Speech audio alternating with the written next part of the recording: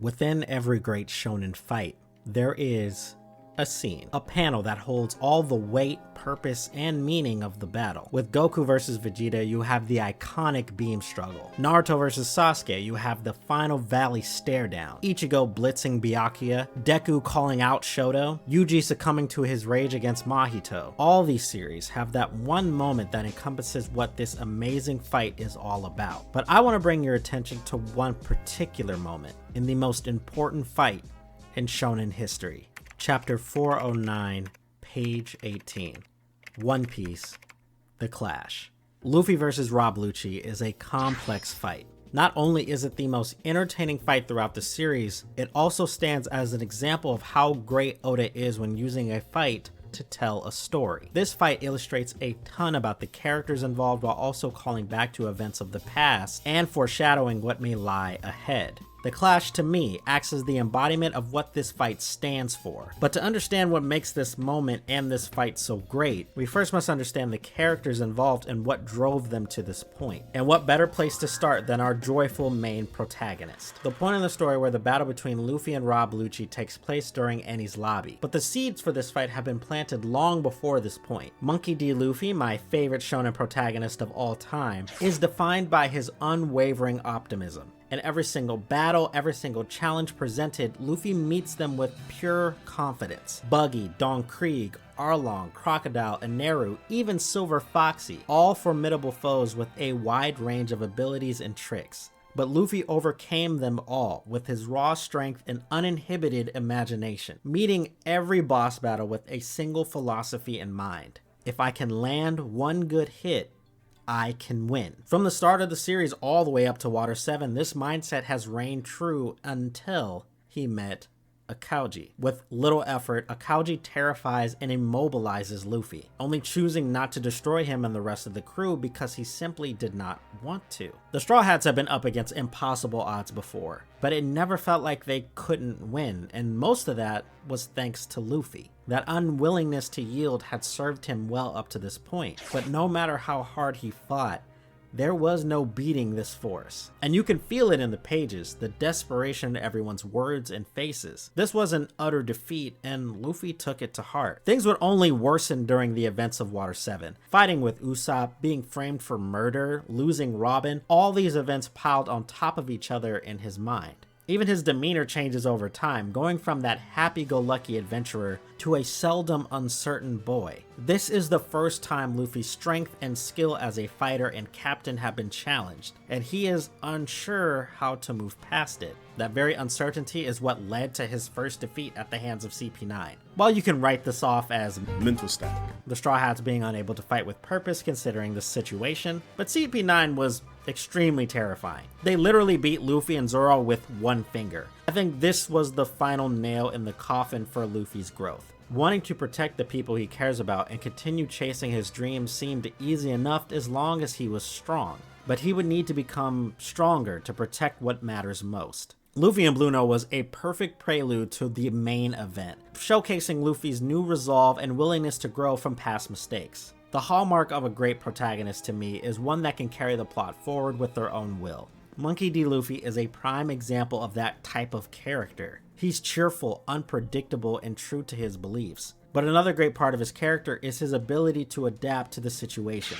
Picking up Shave on the fly and learning how to apply it to Gear 2 shows just how intelligent Luffy can be when it comes to battle. With his mind clear and belly full, it's time to take back Robin, and to do that, he would need to take down Rob Lucci. Before the events of Water 7, the world government never really posed a threat to the Straw Hat crew. Every major foe they had fought up to this point were other pirates. At its best, the Navy seemed to function as a morally gray police force that would give Luffy and the gang something to run away from on their adventures. At their worst, they were fodder, mustache-twirling jerks that never stood a chance against hardened pirates. But for the Grand Line to be full of strong seafarers, an even stronger military power is needed to keep them in line. I like to think Oda realized this too, which is why the events of Water 7 and Enies Lobby are used to establish the ins and outs of the Navy and the world government, breaking down hierarchies, introducing important figures, and showing just how ruthless the WG can be when it comes to imposing their justice upon the seas. Here we are introduced to the darkness that lies within.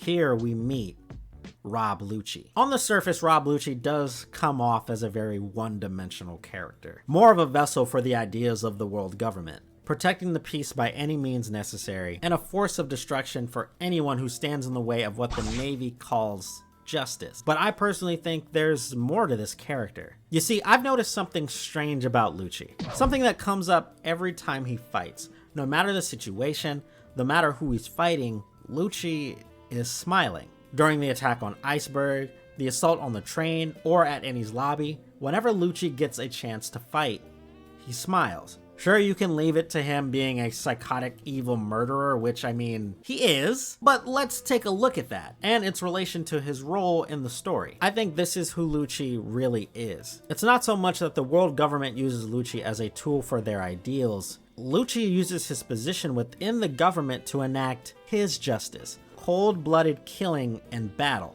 This is compounded when analyzing the conversation between him and Spandam. Chapter 382. When asked what it was that Lucci was searching for, what he was getting out of being in CP9, capturing Robin, this entire debacle, he answers, blood. When we're here, murder is justified. Lucci has spent his whole life seeking combat, training his body to become a weapon for murder. Whatever the government wants, he will follow, because doing so grants him the freedom to kill as he pleases. And right now, his sights are set on the Straw Hats. After spending 5 long years undercover and unable to fight, you almost feel the relief in Lucci's behavior, reveling in taking down the members of Galley Law and taking down Luffy with little effort. This is Lucci in his element, uninhibited and free to kill. In a sick, twisted way, him and Luffy share a very similar lifestyle. Being a pirate grants Luffy freedom to adventure and live how he wants with the people he wants. Being part of CP9 grants Lucci freedom to ruthlessly kill without consequence. The Straw Hats have challenged the world government. Luffy has taken down Blueno,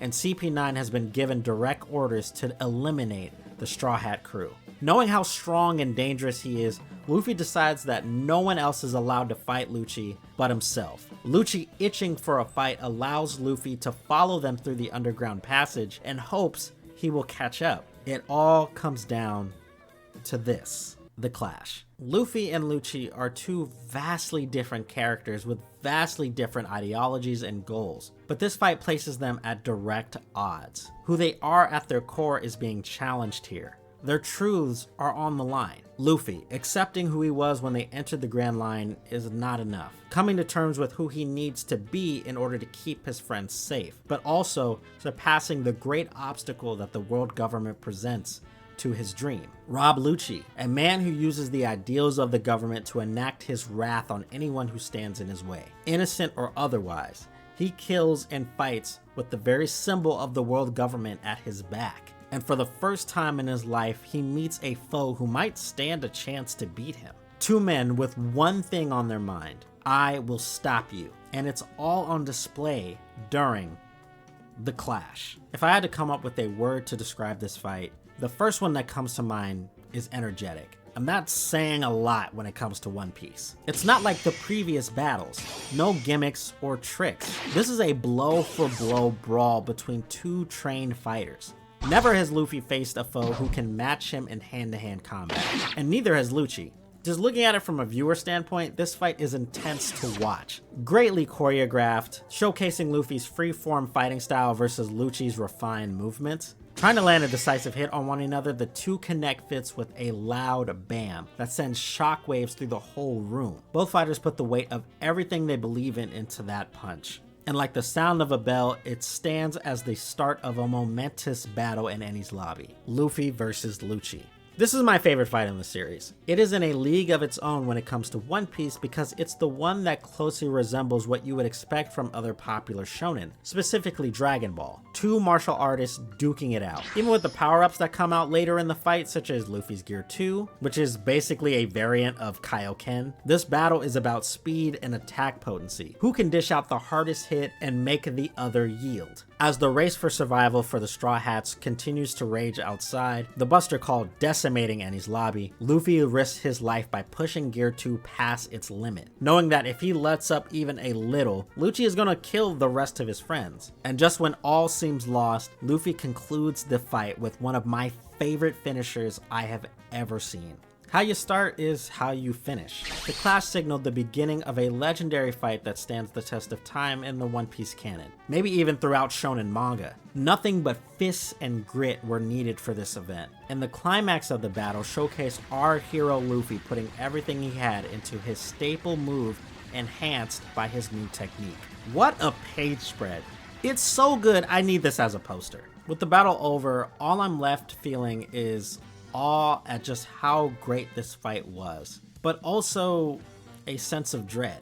Like I said before, this fight was not like the others. Luffy seemed to beat past villains with his base strength alone, but Lucci was not so easily overcome. Now exhausted and wounded, the question that remains is if Luffy could barely make it out of this, how will he fare in the future? Speaking candidly, it's one of my favorite fights in the entire series. I think Oda really went all out on this particular fight because of how momentous it was. Combined with Robin's backstory, the real glow up that the Navy got in Enies Lobby. Again, like, it's just two characters duking it out. And the way it's choreographed really made it for a fun, intense, deadly blood match between two very strong characters. And I've never seen Luffy pushed to this point. There's a reason why Water 7 and Enies Lobby are held to the high regard that they are, and I 1000% that this fight is a huge part of that. The introduction of Gear 2 and Gear 3, and the explanation of how powerful zone types can really get, made this entire section of the story really lore heavy, and really kind of set Luffy apart from his other contemporaries when it comes to transformations and how they're used in battle versus like what you get from Naruto and Dragon Ball and Bleach and all that stuff. If this section of the story doesn't get you to love Luffy as a MC, I don't know what section will. But that's going to be it from me. Thank you guys so much for watching. Let me know in the comments what is your favorite fight in One Piece, and maybe I may cover it. But that's going to be all. Catch you guys on the next one. Johnny Star out of here. Peace.